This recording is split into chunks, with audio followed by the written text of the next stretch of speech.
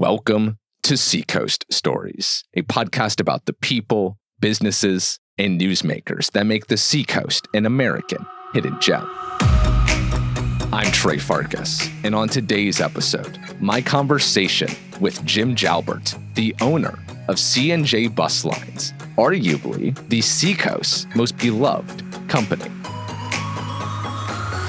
Today's podcast is one I've looked forward to for a long time. In fact, when I started this show in June of 2024, I made a list of 5 whole people I wanted to talk to, all of whom I have since spoken to: Vita Cantina's David Vargas, Prescott Park, yoga teacher Sarah Olson, and NBA player Duncan Robinson. And then the 5th one was somebody from C&J Bus Lines. This company people had told me about and described with such joy in their voices.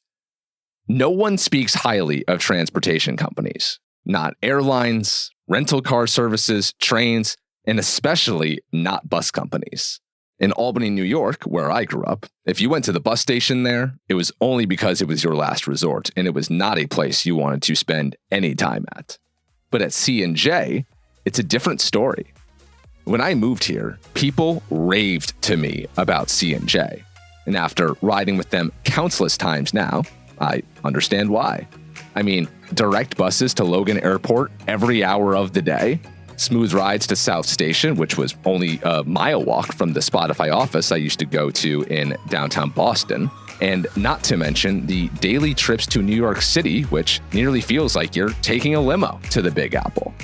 These buses are extremely clean and comfortable. The Wi-Fi is better than any other form of public transit you can take. And on the New York City ride, there's sparkling water. Not only do all of these offerings make C&J extremely convenient, but also far more affordable than the other options available. And it's this commitment to top-tier services, low prices, and high-quality customer service that makes C&J not only one of the most beloved companies on the Seacoast, but also one of the most respected across the entire transportation industry. You'll find out why owner Jim Jalbert believes that later in this episode, where we will also discuss the humble beginnings of C&J, which stretch back to 1968 when Jim's father started the airport shuttle service. Plus, we'll talk about the evolution of the company, some breaking news regarding their New York City route, C&J's commitment to excellence, why they implemented paid parking this year, and the impact of President Trump's tariffs, a subject which recently took Jim to Concord so he could testify in front of the state government. Today's podcast is presented by Jen Backus Photography and Holistic and Hormonal. And we begin this episode of Seacoast Stories with a story of my own. Jim, such an honor to talk to you today. Troy, what a pleasure. Glad to be here. I'm glad I made the top 5 list. Yes, you did. That's impressive. Yes, you did, alongside David Vargas from Vita Cantina. Sure, great chef. Yeah, great chef, and many other Seacoast luminaries. So glad to finally have you. I thought I would tell you a quick little story to start today's episode. So this is January of this year. Mm-hmm. I go on a week-long yoga retreat to Mexico. I come back after a week of bliss and sunshine and yoga. I come back to Boston, Logan Airport, after a litany of delays due to snow.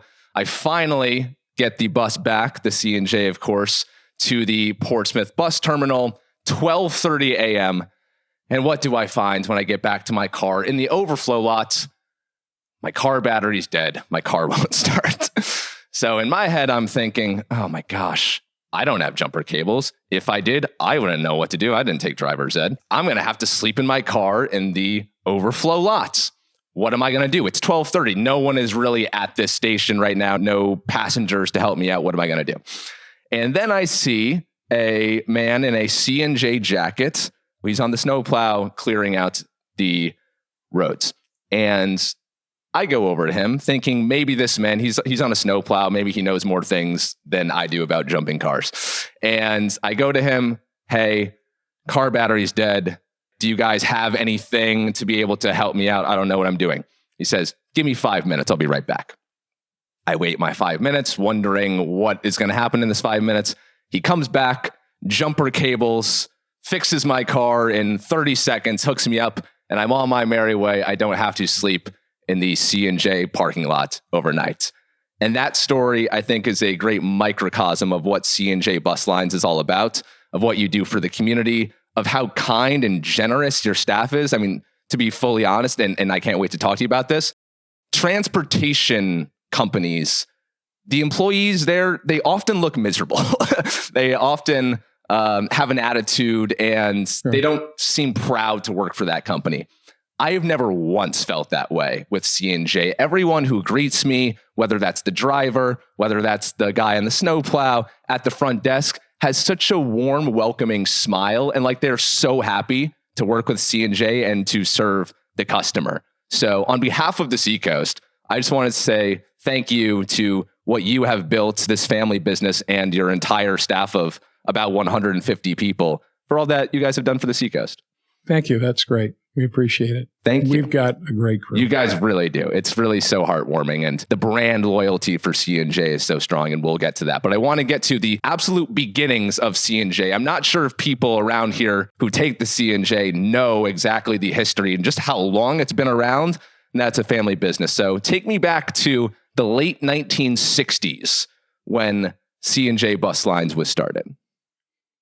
Well, it's kind of an interesting story. There was a company in southernmost Connecticut, Connecticut Limousine, that ran into LaGuardia and JFK, and they were sort of like on the forefront of airport transportation. And of course, JFK and LaGuardia are these big catchment areas, and JFK especially was the big international airport back then. And so my dad watched this with great curiosity. And they were running actually stretch checker taxi cabs. And they would, there was a company in Boston and New York, Cab Services. They sold checkers to the taxi companies. They didn't build them for anybody else. I mean, you could buy one-offs for yourself, but be shipped to Saginaw, Michigan, and they get stretched, and they'd add 3 doors to them, and back they'd come, and they were 11 passenger. And so he made the decision he wanted to do it. So we started doing it, and we started in 68. We were running our maintenance facility out of an old shoe shop. And we picked up in Dover at Weeks's. There used to be up on the northern end of Dover on the main avenue where Chili's is today if you go up to Dover. There was a restaurant called Weeks. We went there. We went to a Motor Inn on the south end of Dover. Pease at the Guard Shack because there was no overpass at Pease. Howard Johnson's at the Circle, which is the roundabout. Right. And then the Hampton Tollgate. Because 95 didn't really get going until the Hampton Toll. Okay. So it was actually part of Route 1. Yeah. And then we went to Logan Airport. Wow. So the original vision that your dad had was, I see airport shuttles being a service. We should do this here for the Seacoast to get people to Logan Airport. Did he come from the transportation world? No. What was his industry? My dad actually worked for the FBI. Oh, wow. But he saw a good business opportunity here. He moved up to New Hampshire. I was born in New York and Long Island, and he was in the bureau in Long Island, and came up to New Hampshire where his brother lived in Dover, and bought a small travel company and real estate company, and then decided to do this. Wow. Yeah. Okay. So you were just servicing Logan Airport at the time? That's correct. Yeah. Okay. All right. So you guys get started in 1968, and then you took over in 1981. But that was because your dad passed away, right? That's correct. Yeah, okay. He did. Yeah, he had a heart issue, and he got sick in the mid 70s, and really started to go downhill. And he passed away in 81. Yeah. How old was he at that time? 54. And how old were you? Very young. How young? In my early 20s. In your early 20s, and you got tasked with taking over this family business. Yeah, my mother actually owned Portsmouth Travel, which was across from Moe's on Daniel Street. Oh, wow. And she knew nothing about it. And I failed miserably at UNH out of high school. And really? Yeah. And then went to tech school for 2 years to get the grades to go back to UNH. And then he passed away, and then I stepped in. Was that always the plan to pass it along to you one day? Absolutely not. I grew up in a family of 9. Wow. And so there were 7 other boys and 1 girl that could have made that decision. And so I sort of worked there while I was going to school, and I just made the decision. My mother said, well, I'm going to get rid of it. And you get this emotional sort of thing. Well, your father started this damn thing, so let's take a run at it. And that's what we did. And how did you feel about that at that time? Frightened. Yeah. Frightened. What career path did you see for yourself at that point?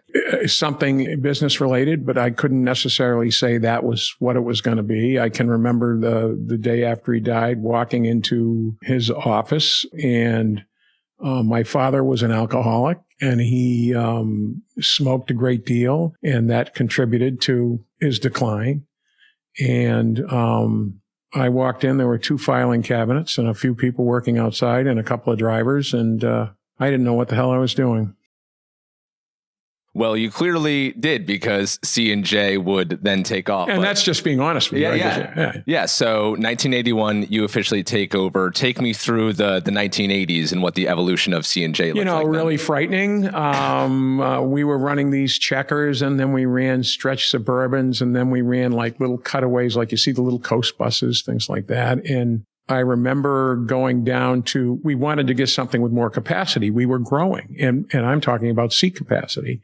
And so we bought a couple of used buses that were formerly on a Greyhound contract in Saudi Arabia, and they had been sold back in this country, and an operator down in Port Charlotte, Florida, was running them in a little charter service. And so I went down with one of our mechanics, and we bought our first bus. That was 82.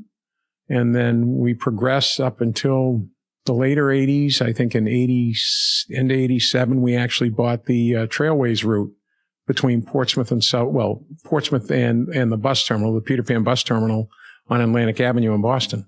What do you mean you bought the route? Well, back then you could compete with somebody. I mean, you have to remember that for years in this country, the routes that you ran were all regulated. So if Troy wanted to run Troy's bus service from Portsmouth to South Station in Boston in 1975, you had to go get operating authority from the Interstate Commerce Commission. Really? Oh yeah, sure. Way more goes into same it thing with drive a bus. Same thing with FedEx for freight. Everything was regulated, and you had to have service routes. And so my father in the 60s had applied for these routes to go to Boston for cargo and for passengers. And we received the approval from the Interstate Commerce Commission. And it was a lengthy process, very expensive process. And we operated our system. And so, yeah, you bought routes, you paid for the right, and you had to get approval from the ICC if those rights were transferred. Now, they were deregulated in the late 70s, but there were still companies in place running these services. And rather than compete with them, you would want to try to buy them if they were interested in selling. And so Concord Coach Lines, who runs the 93 corridor and from Portland over the top of us into Boston, owned the Dover Portsmouth to South Station or Peter Pan bus terminal, Atlantic Avenue bus terminal route. And we purchased it from them. End of 87. End of 87. Okay. So this is when things really start to expand for you guys. Was that always a part of the vision, or just the opportunity to buy a bus fell into your lap? I think that, we had really gotten our airport service going, and the natural progression was Boston, and we looked to do that. To downtown Boston. Right. And because it was a very, vibrant market. There was a lot of opportunity there. And back in the old days, you could actually connect with a lot of, as you do now, you can connect with other Greyhound or Peter Pan or other bus companies at South Station and continue on to wherever they go. And bus travel was it was embraced on a national level at that time. And so, we bought it, and we were friendly. He sort of wanted to buy us. We wanted to buy him, and then we just finally cut a deal. He had other things he wanted to do, and I wanted it. Mm. Do you feel bus travel is less celebrated today than it once was? I think in certain sectors, yes. Mm-hmm. And you talked about one of our plow guys coming over and starting your car. And when you want to get to the whole service concept and why, I'm happy to talk about it. But yeah, I think in certain sectors in this country, it's not well thought of. I think it could be a lot better. I struggle with the concept that travel shouldn't be a good experience. And when you look at how the airlines jam people in planes and how there's some of them, there's a complete disregard for the customer, and how some companies think because you buy a brand new plane or you buy a brand new bus, that's good enough. That's not good enough to me. And it never has been. I mean, we continually want to make it better. And I think that's what's missing in transportation today. I think that the public accepts mediocrity because they were driven to mediocrity. And I don't think that's right. Yeah. Like you said, it's just a universally accepted fact that travel, I have to travel today. So you talked about Mexico, right? So yeah. You came back from the Great Retreat. Where'd you go? I went to Shinalani, which is an island 40 miles off the coast. Okay, so you went down on the southern part of Mexico. Yeah. That's a great place. Yeah. It hasn't been ruined yet. Yeah, that's very cool. So you talked about flying back and misconnections and all of that stuff. And that's the rule now, not the exception. And so when you get on our bus or you start a trip on our bus, what we want to do is make at least the start of your air journey or ground journey a pleasant journey. That's what it's all about. And so from the driver, from the agent, from our attendants, everything we do, as much as we can control, we want to make it good. And that's always been part of the C&J ethos. Always. People don't stay with us. I mean, we pay our people well, and I am a firm believer in a livable wage. We had the highest floor for a starting wage in the state of New Hampshire for years. Across all companies or just transit? For entry-level employees, because you have to pay a livable wage. We haven't gone up on our healthcare in 5 years. For me, which in the wake of COVID is pretty impressive. It's crazy. And for me, it's all about the people that work for us. And it truly is. So 30 years this October, my COO, who started with us at 18, she runs the company. She runs the day-to-day operations. And she, after college, came back to me and said, like, hey, you know what? I'll stay for a year. My brother, I had one partner, my brother, and he decided he didn't want to do it anymore. And so we did a deal and he left. But she said, I'll give you a couple of years. And that was 2000. Wow. Yeah. Okay, so she's been with you 30 years in October. 30 years. Yeah. Bridget, who is in the room with us and coordinated this interview. Thank you, Bridget. Has been with the company for a long time. What do you attribute this loyalty from your employees to?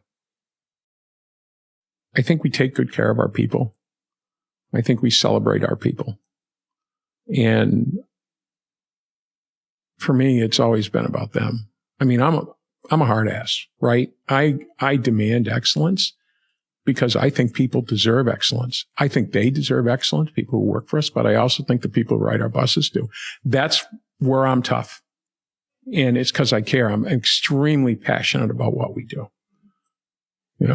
It's something that I firmly believe in. It's something that I wish other companies, and there are a lot of companies that do, don't get me wrong. We talk about Dave Vargas, just a superstar.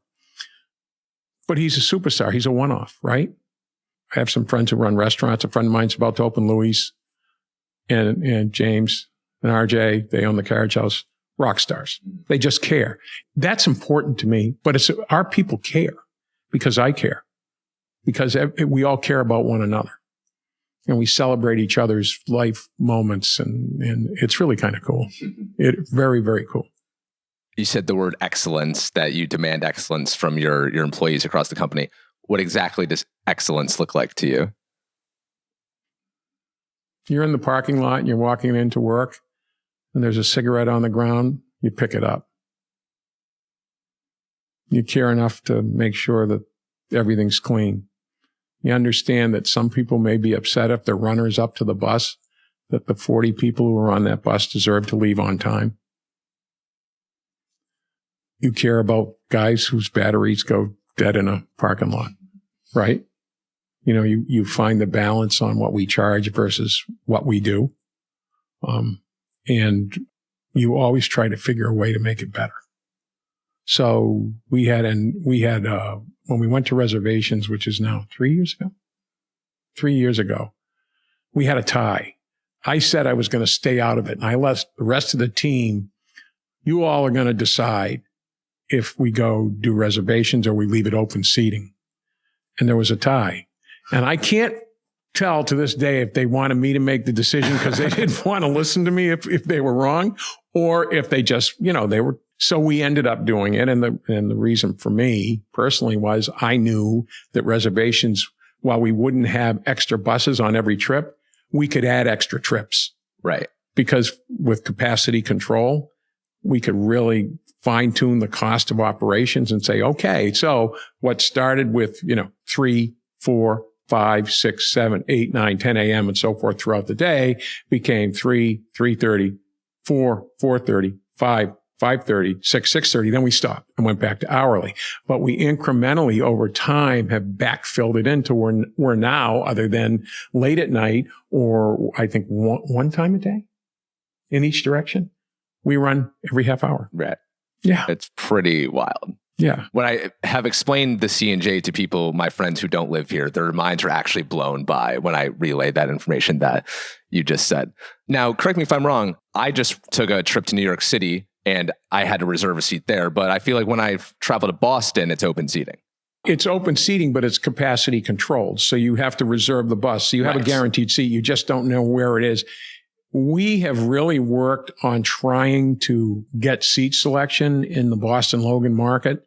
It's just really difficult because A, there's 51 seats, and B, because we can't control the connections out of the airlines or out of Amtrak or things like that, it's much easier to simply rebook to go to another bus than rebook and find a seat. Right. In New York, there's only 30 seats. It's sort of an upscale service.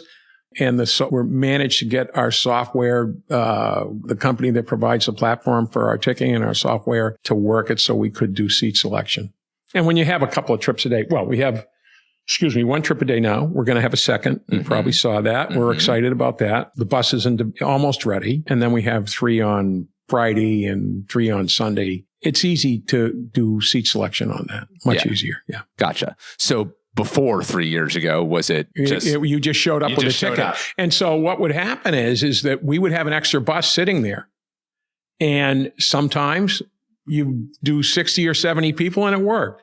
But sometimes we'd send, at that time, over a $500,000 bus for 2 people. And the economics of that don't work. Right. Not anymore. Right. So when you took over in 1981 as a frightened kid, and as the years start to go by and the expansion of the buses and the employees and the terminals, were you happy with how your career was going? Did you feel far more capable and confident and like you were the right guy for this? Yeah, I think you do as you go along, right? But I think you're always going to learn something. I can tell you that I learn every day. Oh my God, yeah. Somebody else's idea can be your best idea. I think that there are nuances out there in transportation that are really cool and that can really be game changers. I mean, we're doing a new ticketing platform right now that's going to come out and make it far more efficient. We're working on a new parking upgrade, which would make it completely paperless and simply record your plate when you came in, and when you came out, you put your credit card in and gone. And your information is dumped right away, and no paper, no worry about barcodes or any of that stuff. Ticketing on Rebook will be faster, and I'd just be lying to you from that point on because Bridget really runs that stuff. But it truthfully is about making it a better platform.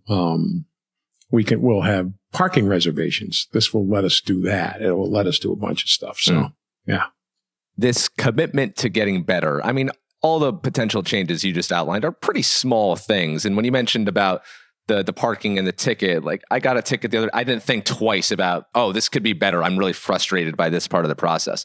This devotion to excellence and to making tiny improvements that will make big changes in your customer service. Where does that come from? I think from our team as much as me. They want to make it better. And they look at the little pieces all adding up. So the collective, you throw it all in a basket and look what came out. I was just in Canada at the Prevost plant. We buy Prevost buses. We buy Prevost buses because they're owned by Volvo Truck. Volvo Truck, which is a significant, think of Mack trucks and all those, they're a significant manufacturer with all this support and architecture, which when they bought Prevost had it. So, I was just up there and I saw the next gen bus, which we're going to probably buy in 28. And it's exciting because it's going to be better for the customer. And okay, one crazy thing, which Bridget's going to start laughing, is we're going to have a better bathroom on the bus. It's going to be easier to get in and out of. The overhead racks and the soft touch pads for lighting and HVAC and all that, it is aerodynamically different. So we're going to have a 10% fuel improvement. Its emissions will virtually eliminate NOx, which NOx emissions are terrible. It now gets rid of particulates. Expensive. Yeah, they're really expensive. But the fact that they invite someone like us up there to go see this stuff and to participate in the design and all of that, and I go right back and tell everybody because I want them all to know, because I want to get everybody excited. And so, while I can't let the cat out of the bag, we're going to make a significant change in what we run for equipment in 2028. Wow. For those who can't see, the energy coming from you, the way that your eyes light up as you talk about what you guys have built is truly incredible. I mean, you're 34 years into this position? Me? Have I done my math right? 1981? 34 years? A little more than that, but thank you. Yeah. So a couple more years than that. And I feel like, correct me if I'm wrong, but I feel like you're as more passionate and invested as ever when, listen, you guys have full control over the local transportation scene here. You guys are the only option to get to Logan Airport from here. No one would fault you if you got a little complacent. No, I don't look at it that way. First of all, the private passenger car can beat me every time. Personally, I have never looked at it that way. And all of us, don't look at it that way. And we have people who've been with us for years and years, 10, 20 years. And I can remember the first day they would come and I would point out the window at the highway and you see that highway? There's our competition. It's not Greyhound. It's not. And it's the competition is complacency too. So if you're complacent about what you do in business, you won't succeed. It just doesn't happen. Coming up, C&J's plans to offer more trips to New York City and, more importantly, more snacks. That's next. But first, we are entering the fall season, a time of year that is very picturesque here on the Seacoast. And someone I know who will be bopping all over the Seacoast, capturing beautiful images of the scenery, is one of our show's longtime supporters, Jen Backus. Jen has 15 years of experience, and she's taken high-quality photos for local restaurant owners, farmers, or really any small business owner in the food, product, and lifestyle space who hopes to attract more customers with the help of stunning photography to keep websites and social media pages looking professional, consistent, and even mouthwatering. Jen is a top-tier Seacoast human being, and she brings an approachable and natural vibe to her photo shoots. She keeps everything simple for her clients so that you don't have to stress about photos in addition to everything else small business owners need to worry about. If you are a Seacoast small business owner, then Jen wants to work with you. She's offering 10% off your first photography session. Just DM at Jen Backus Photo on Instagram, tell her you're a listener, and then she'll give you 10% off your first session. That's JENNBAKOS Photo on Instagram. Thank you, Jen, for supporting the show. Now, some more info before we bring Jim back in. So, C&J began to expand in the 90s and 2000s, building a station in Dover, and then eventually moving their Portsmouth station from Market Square to Pease in the 90s following the Air Force Base closure. After that, they opened operations in Seabrook and Newburyport, and dovetailing off this expansion, C&J then opened up routes to New York City in 2011, which is where our story resumes. What drove the decision to open up to New York City in 2011? I'd like to say we had a brilliant idea. It was really Cornell University. So Cornell University was running 2-in-1 seated bus service from Cornell to New York. And it was an interesting model. We had watched it and it was well received. And we said, you know what? We're going to do that. So we went out to California. There was a bankruptcy out in California. It's actually funny. The operator, we bought the buses from through a bankruptcy, but the fellow who owned them, it was actually a Ponzi scheme. And he had a bunch of writs. This is a true story. This is absolutely hysterical. His name was Darren Berg. And, you know, on CNBC, they have like America's Most Wanted, or he was on it. Oh, wow. And he escaped. And they don't know where he is to this day. He escaped from prison.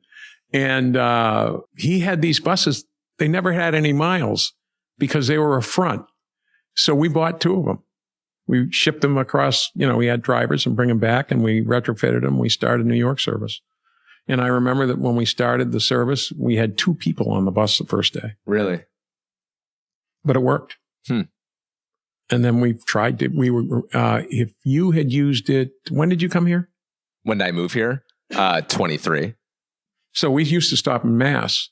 When we opened Seabrook and let Seabrook start to develop, we got rid of Mass because I wanted it to be nonstop from New Hampshire. It's crazy that this little state has a bus company over on 93, a bus company on 89, and a bus company on 95, all running dedicated 2-in-1 seated bus service to New York, to Midtown Manhattan. Yeah, it's insane. It is. And people are like, if you look at our fare and you look at the fares, I think we're, what are we, like 30% of Amtrak? Today, in preparation for this, I bought a bus ticket to New York, $91. That's a fixed price. It doesn't change. No. So that's the day before. And then I was like, all right, if I wanted to get on an Amtrak tomorrow to New York City, what's the cheapest option? The cheapest option was $190. Yeah. And, you know, we think it's a great service. We think people really like it. We're excited about the second trip. We're going to have a 6 o'clock come out of the city every night. That's going to be the bomb, right? That's going to work really well. Yeah. Because we can now get somebody to go do business. They can take our 6 in the morning. They can go down there for a meeting and take a 6 out at night. You can catch a matinee and take a 6 out at night if you want to do a show. You go to New York City and you want to extend that day and like do a lot of stuff, but you got to check out of your hotel. You put it with the concierge and then you go out and do your thing all day and just show up at the bus terminal. You asked about our bus gate. We lobbied like hell to get that out of the Port Authority, and they just liked what we did because we weren't the norm. We were an outlier. Right. Yes. Everyone, I asked Jim before we started recording, how do you get, like, they own Gate 36 at Port Authority in Midtown Manhattan. Only C&J comes in and out of that, which is, wait, how do you even do that? How do you make that happen? So it's pretty incredible that they saw something different and special in you guys. Money in a brown bag. No. Wow. I'm really kidding everybody. So we just lobbied, and we brought a bus down there, and we said, look, we're going to do something different. Nobody's doing it at the Port Authority.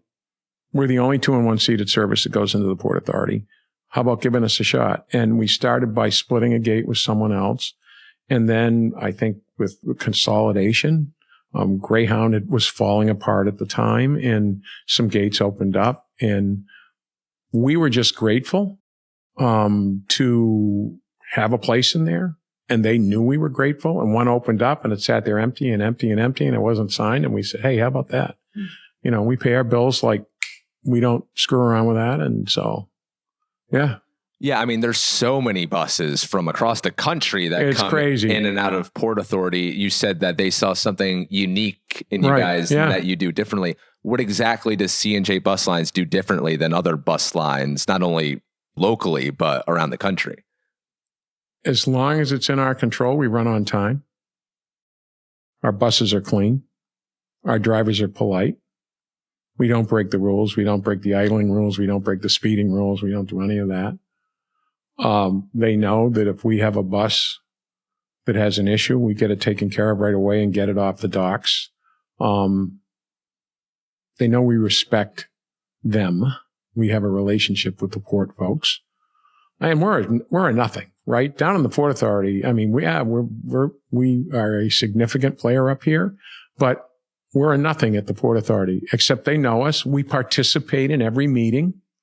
Our soon to be 30 years with us COO is on every call and is very vocal. They respect that. People respect that. Yeah. You mentioned something that I'm dying to ask you. I don't know how you guys do this, but you said commitment to being on time is something that you guys really value. Whatever it says in the schedule, accounting for time of day and, whether it's rush hour or not, going to Logan, South Station, whatever the time it says on the schedule, I get there at the exact minutes every single time. Traffic is out of your control. You can't predict what that's going to be. But every time, I am always on time. I've never once been a minute late. If anything, early. Well, we do run late once in a while, but I will tell you that we write realistic timetables. We write realistic timetables so we can operate a safe trip. I don't push our drivers to run out of hours of service. If you noticed in New York, unless it was the end of day trip and he finished in New York and came back the next day, we changed drivers. Okay. Yeah. We changed drivers because of hours of service. And I'm not going to push a driver to break that rule.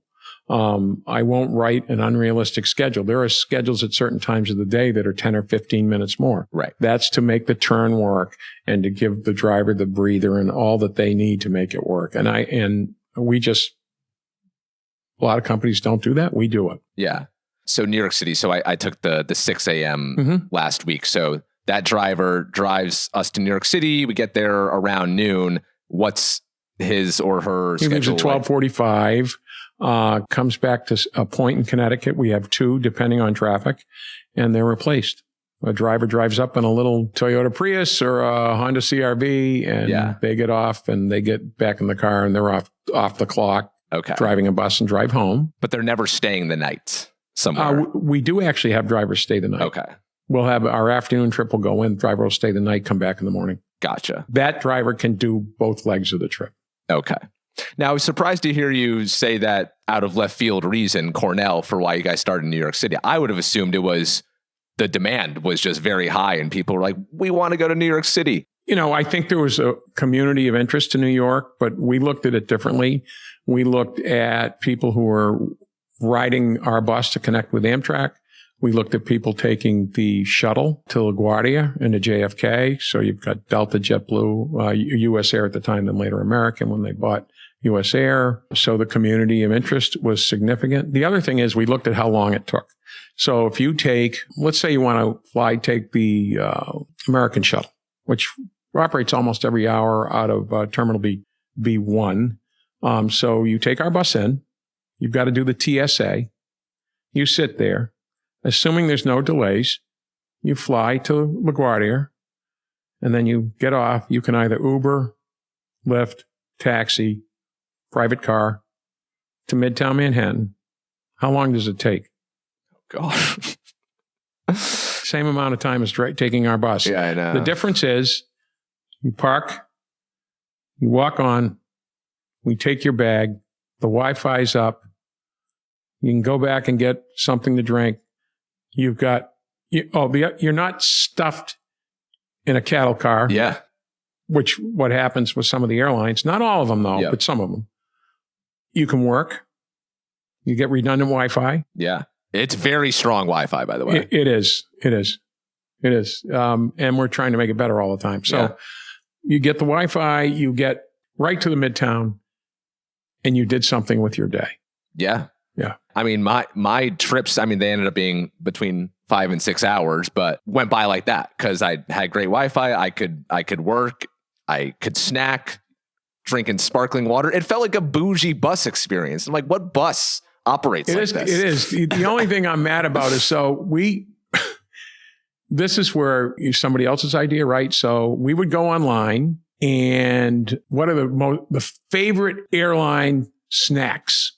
What do you think the number one snack is? On airlines? Oh gosh.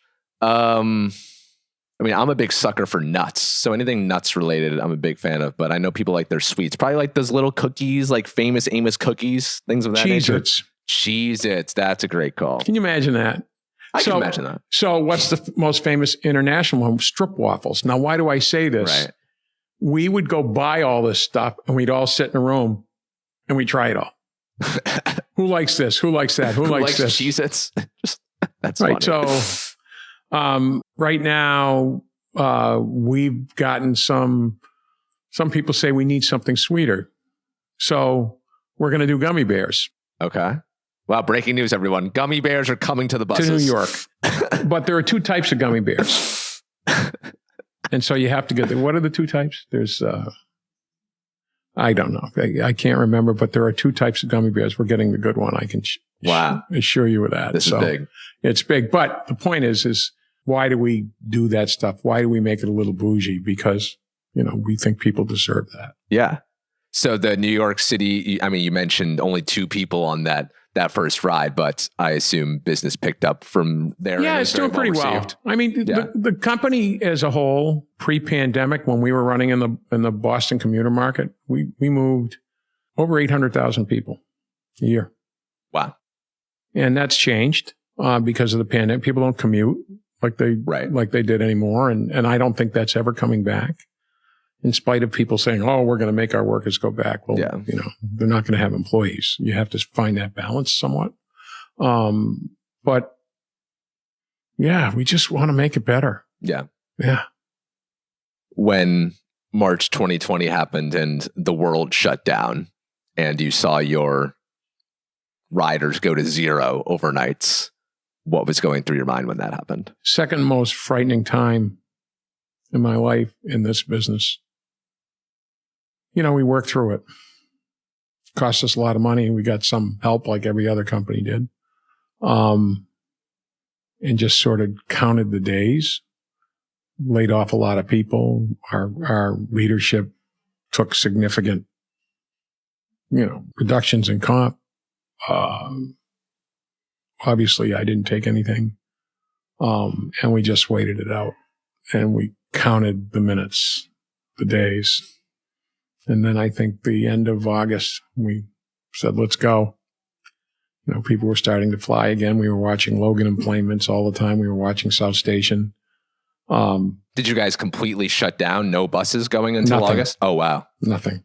Nobody did. Yeah. Really? Yeah. Yeah. Bridget's saying first carrier to shut down to stop. Because I saw it. Yeah. I knew it was coming. And a lot of people were like, it's funny, even people who work for us are like, oh, this is going to be like 2 weeks. And I'm like, no, it's not. No, it's not. And we shut down right away and I laid everybody off right away because I knew I had to, conserve cash and keep the thing. We had financial commitments. We had the terminal we were building. Right. And so, it was tough. Scary. Scary for everybody. Yeah. How hard was that for you to lay off those people when the people are your biggest asset? Awful. Most of them came back though. Yeah. They were waiting for the call. How long? Well, we brought back the first tranche, middle of August and got things spooled up and ready to go. Cool. I think we had 16 people we kept out of 150. Wow. Yeah. That's wild. Yeah. They all collected unemployment. Look, some of them did okay, right? Yeah. Doing it because the government was supplementing it and all that stuff. And then we slowly brought people back and over time. Yeah. What do you attribute, or what's the reason why you guys got through it? I think customer loyalty. You sort of pay your dues, right? I think people remembered. But it's interesting. I think some people think that we have drivers who've never driven a bus before. And so they come work for us. Really? Never. Wow. No, we train them. Yeah. You come in, they want to get trained. And when there was a driver shortage, which right after the one coming out of the pandemic, significant driver shortage, we trained some drivers. Or they work for a school bus company. And they would come work for us and they would think, oh, this is how it is driving in a coach. And this is how the coach world is like. This is what motor coaches do. And this, if I went to work for any other bus company, it'd be like this. And some of them did. And then they came right back because we're not the norm. So we garage our buses every night. So most bus companies leave their buses outside. So if the ambient temperature is 10 below zero, those things are like frozen rocks, right? They're just frozen. And it takes a long time for the frames to warm up and the seats to warm up and all of that stuff. And so we garage our buses. Our guys are home every night except for one New York driver. So they get to see their families. They get modern equipment. Our average fleet age is 4.5 years. So they drive good stuff. They get paid well, and they know that we care. And I keep saying we because it's not just me; it's everybody. Yeah, I read in a Seacoast online article earlier this year that your drivers, a significant amount of them, make over $100,000 a year, which I don't know how that compares to other companies, but regardless, 6 figures is significant. Yeah, it's true. Wow. Yeah. Why do you have such a commitment to paying everyone so well? Well, part of it is they work hours, and part of it is, they get great gratuities. But why? Because it's the whole livable wage thing. They deserve it. Look, they've got 51 lives, and they're the captain of that ship, right? And they've got 51 lives in their hands, and they've got to drive safe. They've got to follow the rules. And they know how important it is. And it's important to me. It's important to everybody who works for us that when that trip leaves until it comes back. But I will tell you, they also compete in terms of safety. So we have monitoring systems on the bus that'll tell us if they speed, tell us if they have excessive braking, tell us when they do a sudden turn, tell us if they get tired. And they're all scored. And they all overperform. Some of the highest scores in the Northeast. Wow. Every one of them. Every one of them. We had 6 drivers last week, over 1,000. And 1,000 is like 1,100 is as high as you can go. Wow. Yeah. For the drivers, you mentioned gratuities, and I'd just like to clear this up for the folks. Just from my personal experience, I would say to Logan, I would probably estimate maybe I see 1 in 5 people leaving a tip for the driver who's driving and getting the luggage. What are your expectations? What are the company's expectations? I have none. Okay. I have none. We don't talk about gratuities. We don't talk about, I'm telling you, and that's fine because I think we live in a world where gratuities have become a really weird scenario. We don't allow drivers to solicit gratuities. In fact, I frown upon it. If you're going to get a gratuity, it's because you earned it. But they do okay. Yeah, but I just feel like there's industries where it's accepted. Tips are a part of the process, and others it's like, is this common? Is this not? And I feel like with the bus, people probably just don't know it's something that should be on their mind. I think they do. They do all right. Okay. Look, you have to work for it. Being gregarious, being thoughtful, standing by the door, which is a requirement, by the way, making sure they get their bag promptly, making sure you don't mishandle their property, being on time, telling people, in which all of them don't do it, but even some of them, a lot of them, before you get to the terminal at night and you're tired, you're on that 12:30 a.m. They tell you the lights are coming on, so you don't go, right? Yeah, when I was on the bus to New York, I just gotten on in Portsmouth, and they got over the loudspeaker and said, all right, we're on our way to Seabrook to pick up some, quote, beautiful people. And I said, oh, that just made my day. What a lovely message. Yeah, they're pretty cool guys. Yeah. And gals. Yes. You said earlier something that caught my attention, that your competition was not with the other bus lines, but with the personal vehicle. Why do you say that? Because people who ride our buses have choices. Right. We have a lot of people who own homes, who own 2 or more cars, and they use us. They have a choice. But I feel like their only other choice really is to have someone drive them. No, they could go drive to Logan and park in the garage. They can do that but stuff. Economically, the CNG is way better. Yeah, pretty tough, yeah. Yeah. And, when I'm coming back at 12:30, I would love to just take a hour nap on the bus rather than drive myself back when I'm very tired after a full day of travel. I get it, yeah. So, I guess I bring this up because you guys could, we've spoken about the affordability of it and how you're committed to keeping things low, even during tough economic times, which we'll get to. You guys could charge more. You could charge more for the tickets. You could charge more for the parking, and it would still be way better than the alternative of driving to Logan, of parking at Logan and paying the however many dollars per night. If you're away 46 a night, if you're away for 6 nights, that really adds up. So why are you guys so committed to keeping things low when you ultimately probably could get a little more out of it? I mean, look, we always take a look at our fares, and we look at any fees we have. We do have fare increases, but I think since 2008, we've had 3 or 4. If we are performing financially on our existing book and incrementally growing, we're more inclined to do it that way. I don't believe in, I'm sure you've seen in transportation today, the fees, right? Oh, you fly on an airline and there's a baggage fee, and then there's a credit card fee, and then there's a changeover fee. And we just don't do that. We just don't believe in it. We do not have a processing fee. It costs us money to process a ticket. Yeah.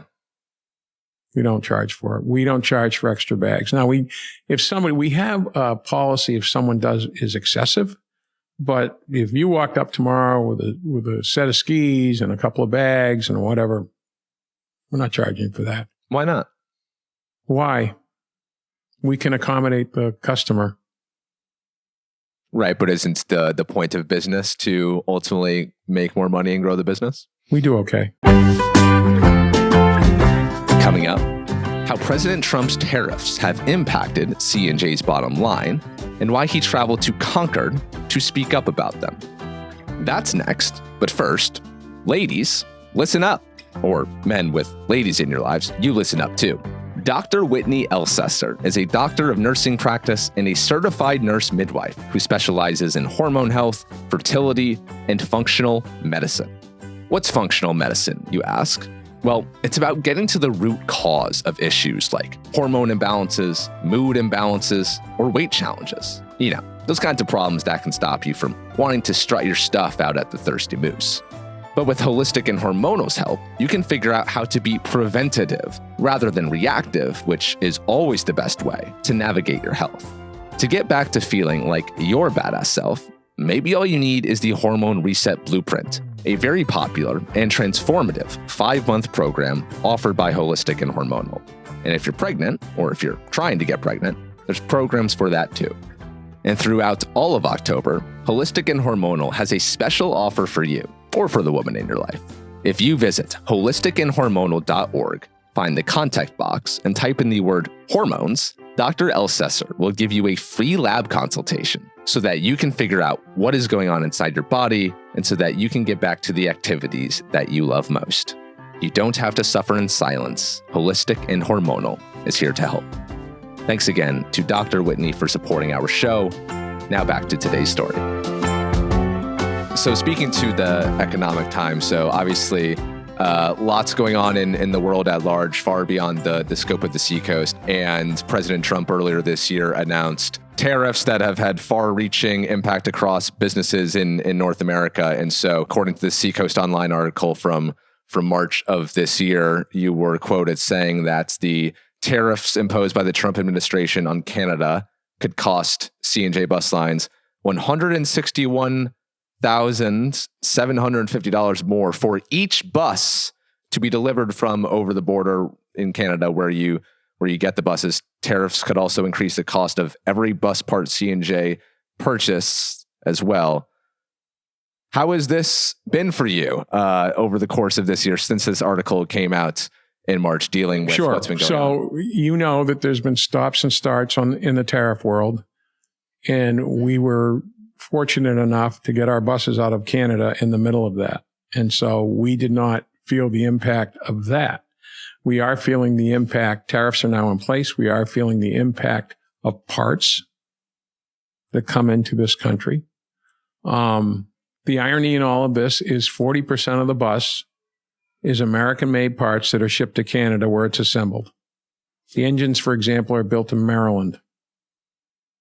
Interesting. The transmissions are built in Detroit. Suspension, brakes, Detroit. And yet we're paying tariffs for parts that came out of this country. I think that the tariff scenario in this country is somewhat of a mixed bag. I think you have to have some tariffs. I think there has been an imbalance. I don't support how it's been done. I think it could have been done in a much better fashion to minimize economic disruption. I think long-term tariffs will hurt this country. You have to be very careful. You've got to find the sweet spot, right? You talked about my fares. You talked about parking. I said, we're doing okay, right? It's the same thing with tariffs. Fed just cut the rate 1/4 point. I think we're going to have some inflation. And if you have inflation, they're not going to cut it anymore. And it's going to continue to, the economy's not great right now. It's okay. But there's been a disruption in travel to and from Europe. Obviously, you saw what happened with Canada. Canada was, but I'll tell you something interesting. I'm going to give you, tariffs will impact us, and tariffs will impact a lot of businesses. I will tell you something interesting. I was up in Canada for the governor's trade mission. In fact, we took the group up on our bus, which was great. Wow. The New York bus. It was awesome. Out to Canada? Yeah. Love that. Well, and the relationship between Quebec province and Canada and New Hampshire is incredible. And it wasn't adversarial at all. It wasn't like, oh, the United States and Canada. It was, we want to work together. And we want to have a relationship with New Hampshire. And we want to do business with New Hampshire. Quebec province wants to do that. And they went to the Prévost plant. They saw buses being built. They just walked out of there and thought it was the best thing in the world. And those buses were all over New Hampshire. In fact, the 4 companies that operate in New Hampshire, we all operate Prévost. So we're committed to Quebec. We're committed to Volvo, and they're committed to us.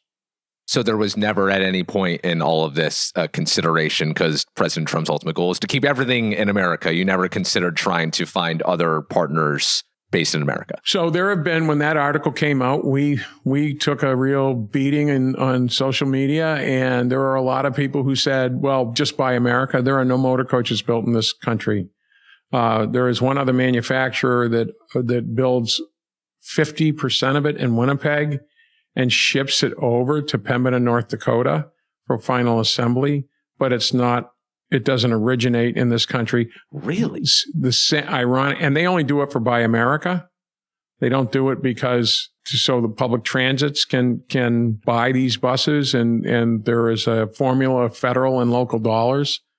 So they get 80 cents on the dollar, and they can buy these buses to run commuter service and stuff. And we had done that in the past a couple of times. But for us, we love the brand, and we're committed to the brand and the manufacturer. When news of these tariffs came out in the ensuing months, you actually went to Concord to testify, right? I did. What drew you to do that?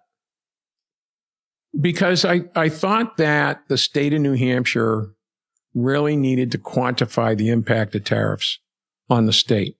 Because if it impacted businesses, then it ultimately would impact the taxes that these businesses pay. And, the governor's had a tough sled with the budget. Everybody knows that. And I thought it important that we know, what does this really mean? And it's still too early, right? And the tariffs to this date haven't been as impactful as people have said, but I believe long term they will be. I'm not saying you can't have tariffs, because there's a trade imbalance, and everybody knows that. And so you got to sort that out. But to the degree that they did, and I'm not so sure. What do you think the long-term ramifications could be? Ask me in 2.5 years when we have a change in the White House. I don't know. I will. Great question. I think you've got to find a balance. I mean, we have a deficit in this country that's over $1 trillion a year in interest. Our national debt is a mess.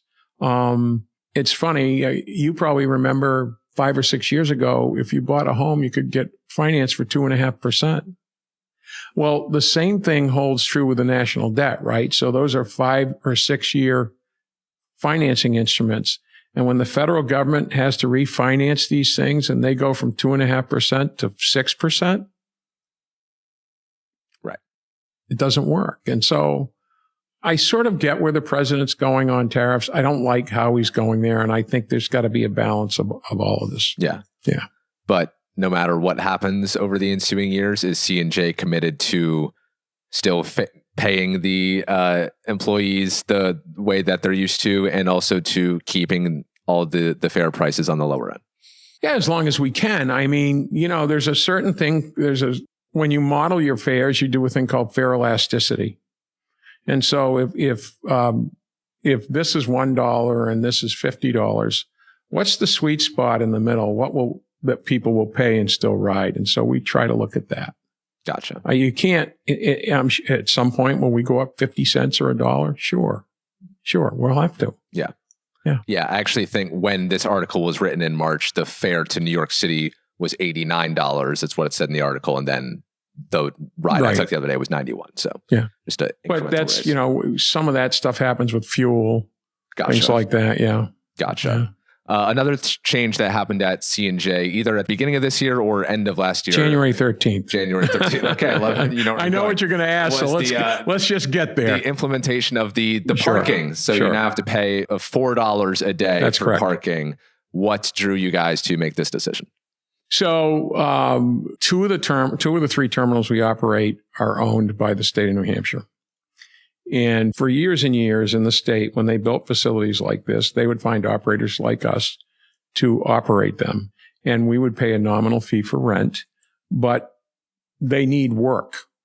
And the federal regulations that govern, they use federal money to build these things, didn't allow us to do much to them other than basic maintenance. And the state, because of our frugality and the lack of available funds for transit projects, couldn't afford to take care of them. And so we worked for 10 years to do a public-private partnership with the state. And we went to the state and said, hey, look, we want to lease these things long-term, and we want to infuse capital into these places to take care of them. And it took a lot. We worked hard. We found evidence of abuse in other models across the country. In California, as an example, commuter rail into LA, they had free parking at a lot of their parking lots. And they were just packed. But they were packed with people who weren't taking the train.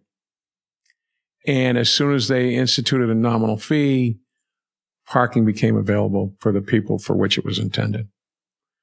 And we got the state to agree. We signed a 30-year lease with the state for Dover and Portsmouth for both facilities. We do a revenue share with them. We pay rent to them. We pay taxes to the city of Portsmouth, which they never got before. To date, since January 13th, we have put north of $2.5 million into Portsmouth. Wow. We have secured the parking.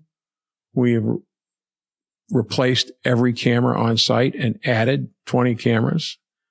We finally, as of 2 days ago, got control of the lighting, because the state used to lease the lights in the parking lots by the pole. Yeah. It's the craziest thing. And so we now control it, and we are replacing every light in the parking lot. And it's safer, more secure. And there's parking for people who want to either really park and ride or take the bus. The day we thought there were about 200 cars dumped there, we now believe it was in excess of 500. Really? Yeah. What were these cars doing there? So if you lived here in the West End and you were allowed one parking space, your second car was parked there. Oh. In some cases, your second and third car was parked there. And you guys had no way to monitor that before? No. Yeah. No. Which was okay. I mean, it happened. Yeah. And so now there's parking available for people who really want to use it. Yeah. Yeah. People don't like change. So No. when you guys announced the plans publicly, what was the reaction? I mean, I would say 20 to 30% weren't happy about it. But over time, everybody understood the why. They've seen us invest in the facility. So we just repaved all of lot 1 and 2, repaved in front of the terminal. We're going to completely rebuild the inside of the terminal next summer. There's already engineer plans for it. We're doing the lighting. We put up fencing. We put up cameras. So we're investing back, which is what our arrangement with the state is. Right. And to me, it was really important. But we're probably in the outside of the urban core, which I'm talking about the Port Authority in New York or maybe even Boston. We're the only bus terminals that are open 24 hours a day. So when our buses leave in the morning and come back at night, there's somebody there to take care of your problem. Yeah. And that's important to us. Right. That's part of the commitment. That's part of what makes us better. So years ago, a mentor of mine in the industry used to say, does your terminal pass the mother-daughter test? And I'd be like, well, what's the mother-daughter test? Would your mother drop her daughter off at 9:00 at night to take one of your buses in a bus terminal? Now, if you were in Chicago at a Greyhound station, you would have to go through a metal detector. And what you found in the restrooms and the garbage cans outside that terminal in terms of weapons and things like that would have blown your mind. And the places were filthy and they were not desirable. They didn't do that thing, right? They didn't create that special environment. And we wanted to do that. But all of that costs money. Right. Yeah. Yes, the bus station I grew up with, Albany, in Albany, New York, was not a place that Adirondack Trailways. Yeah, not a place you wanted to go near. So when I arrived to the C&J station after a long trip, the breath of fresh air that just washes over me. It's like, that's so very, thank you, happy Troy. to be here. Thank you. That's very nice of you. But I think it goes to show the goodwill that you guys have built up with the community over the years, that the reaction to the paid parking hasn't been that bad, whereas other places it might be. So people see, it's only $4 a day. You could price gouge and have it be way more than that. Oh, yeah. I mean, we were talking about on the way over. To park 24 hours in the garage is $40. Right. Exactly. Here, right up the street. And so we're like, no, we don't want to do that. Our thing is we got to pay to run this place and take care of it. Yeah. And it's not only physical on site, it's, paying the security company for the monitoring licenses. It's the loaders and plow trucks and all of that stuff. Yeah. The manpower to make sure that stuff's taken care of. And that's really, really important to us. Yeah. And we're grateful too. I want to give a plug to our patrons. We have a great deal of gratitude for the people that use our company. I have gratitude for our employees, they're incredible people, but we're also grateful for our fans. Yeah. That's something I've been dying to ask you about because, like I said at the beginning of this, at the end of the day, it's a transportation company. Sure. People don't speak kindly of transportation companies. No. So what does it mean to you that when I mention C&J to people out in town, people's eyes light up talking about the C&J? That's great. What does that mean to you? Oh, it means the world to me. But we hear it from the people who work for us. Yeah. Like, it's really funny when we've had people retire or people leave for whatever reason, and I'll see our uniforms out, right? Because they kept their jackets, but they're wearing them because they C&J merch. I need to. We're going to get some. Bridget will get you some swag. Fantastic. People really think about it in a really cool way, and to me, that makes me feel great. That just is like, old drivers who drop off memorabilia to us, friends of mine who come across something and send it to me in the mail or say, hey, I found this thing. Like, I've been scurrying around trying to find an old checker. I want to buy an old checker and restore it and put it out on one of the bus docks. Yeah. I saw or drive it around, right? Yeah. Oh my God, that'd be so cool. I saw photos of the original 1968 vehicles and it was so cool. Can you imagine driving around in that? I told Bridget, we got to find one and then we're going to do a follow-up podcast. You and I are driving in the back. Absolutely. We're riding in the back. We'll get somebody to drive us around. Oh yeah. Okay, perfect. I can't wait for that day. We have to have a conversation 2.5 years to figure out the economic impact. You mentioned $2 million that this parking change, you guys have put back into Portsmouth. Sure. I know that giving back to the community is a big part of the value system of C&J bus lines. What are some of the ways that you guys go about that? Well, candidly, we're very quiet about that. But I will tell you that we are very supportive of addiction, recovery. It killed my father. It has been present in my family, present with friends. And so when the words grateful and the word gratitude comes into play, people who are near and dear to me, I have seen success stories. And so that homelessness, and then the one-offs, and there's always a one-off. Yeah. Right. Somebody needs help, a high school banner in a football field or for a family member, whatever we can do. Yeah. And why is that value baked into the company culture? You guys don't have to do that. Nobody has to do that. It's part of giving back. It's part of the whole gratitude thing. You got to give back. I'm dying to talk to you about this. So, you've been on the Seacoast the vast majority of your life here, and you've seen the Seacoast through all its different iterations. When this company started back in 1968, can you just describe to me we'll just stick with Portsmouth, what Portsmouth was like, what was going on here? Portsmouth was a Navy Yard town, right? It wasn't undesirable, but it supported the Navy Yard, and it was just a town on the Seacoast. But people didn't come vacation here. Oh, no. Okay. No, people didn't come. I had a friend of mine's dad bought a house on Wallace Sands in Rye in 1967 for $15,000. So you sort of sit there and go, right. Portsmouth was not, New Hampshire wasn't. Yeah.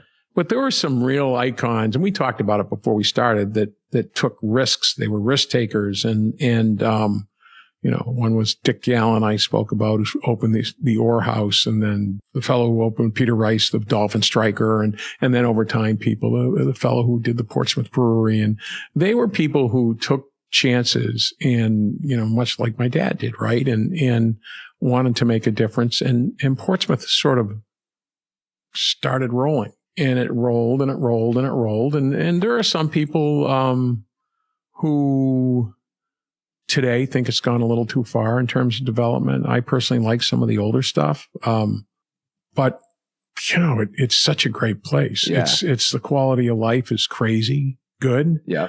To live in Rollinsford and be able to get down here in 20 minutes, even today, 25 minutes is really nice. It's sort of a melting pot. Mm-hmm. It's gotten a little out of hand price wise, and the coast. Yeah, you're telling me. Yeah, it's terrible. But that's what success brings. Right. Price of progress. Yeah. And so you've seen some stores come and go. You've seen some restaurants come and go, and you've seen it get a little more commercial, but it's still doing pretty well. Yeah. And C&J has stood the test of time. 58 years, Bridge. 58 years coming up. That's incredible. Yeah. What are your favorite Seacoast activities to get up to? For me? Yeah.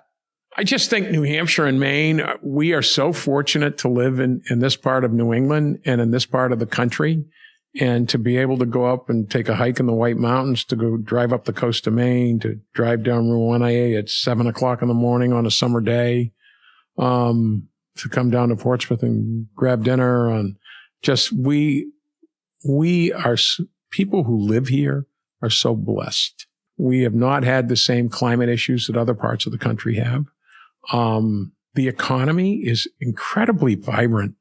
I remember when the banking crisis occurred in 2008, 2009, the Portsmouth economy was like a little bubble. There was a little bubble around it. It just kept trucking along. It kept doing all right. And evidence of that was we grew. We grew during that whole time period. 1990, 89, 90, when the bank crash occurred, There were problems here in the Seacoast, but we came out of it really quick. We overperformed. I love to hear that. And Pease is the most successful base conversion in the country. It is just... Meaning what? Well, they took a military base, and most military bases don't convert to the private sector the way it did. The legislature did all the right things to make that happen with the federal government. And you have all that employment on Pease. We've got the Navy Yard right now, which has got, 9,000 employees and could go to 13,000 employees. It's a testament to where we live and the people who live here. They're very committed people here. Yeah. It's a pretty incredible place. It is. I'm very lucky to live here. It is. You wouldn't be, look at what you're doing. And full disclosure, I did a little research about you, and you're well thought of. People listen to your podcast. Hopefully I won't put them to sleep today, but that's important because you made that commitment, and you sort of feel the same way. Your questions show that you're engaged and excited about all this stuff. So yeah, I'm very excited, very passionate about the Seacoast. So we get each other, right? Yeah, exactly. Yeah. A couple more questions for you, and then I'll let you go. You're a busy man. How much longer do you want to do this? It's a good question. The long and short of it is I'm not going anywhere. Why? People. Yeah. Yeah.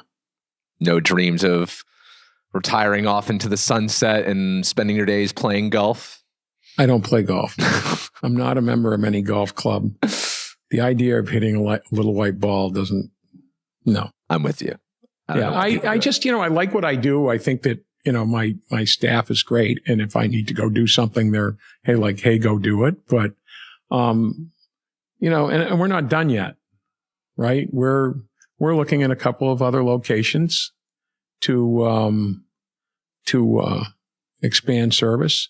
A lot of the stuff that we've done is to set a baseline and have a model in terms of ticketing and how we service our buses and all of that stuff, so we can do other locations. We think our model works. We think that there's a parking crisis in Portsmouth or in the Seacoast in relationship to employment in certain areas, and we're looking at solutions for that. There's more to do. Care to share where we're looking for expansion? No. I figured you went. Worth a shot. But it would be necessary. So wherever we look, it would be very underserved, and it would have to work within our system. So I don't want to dilute employment. I want to create additional employment. And so can I get my buses back here for my heavy maintenance? Can I do all those things? And so, yeah. If your dad were still around today and is able to see what you have built and done with his company and how you've expanded it and built it into this brand with such a strong loyalty, what do you think he would say to you? I don't know. I honestly don't know. I don't know that it would have ended up the same way, right? So many things happen for a reason. And there are a lot of people who say, well, C&J was a success because you did X, Y, and Z. But a lot of people don't recognize that you also have to have a lot of luck. You have to know the right person at the right time. Certain things have to fall into place. And I'm not trying to avoid your question. I don't know. Would I have ended up working for the company? Probably not. I'm sure he'd be thrilled. But I don't look at this as my company. I don't look at it as the Jalbert's business. I look at it as our people. I can't wash the buses, drive the buses. I can't do Bridget's job. I can't sell tickets. I can't do all of that by myself. Doesn't work that way. I'm sure he'd be very proud. Thank you. That's a tough one to answer. And not for, I'm not wired that way. That's okay. Jim, I thank you so much for joining the show today. And on behalf of all the Seacoasters everywhere, thank you for your years of service. Oh, thank you. To the entire C&J staff for being so wonderful for all of our trips, past, present, and future. We have one final question. We ask this same final question at the end of every episode every week, and it's brought to you by David Higgins, a Portsmouth resident and investment advisor. As he grows his local business, he is proud to support ours. To work with David directly to level up your investment game, just send him an email at the address you can find in the show notes. Jim, if you were to leave this earth tomorrow, what would you want people to remember about you?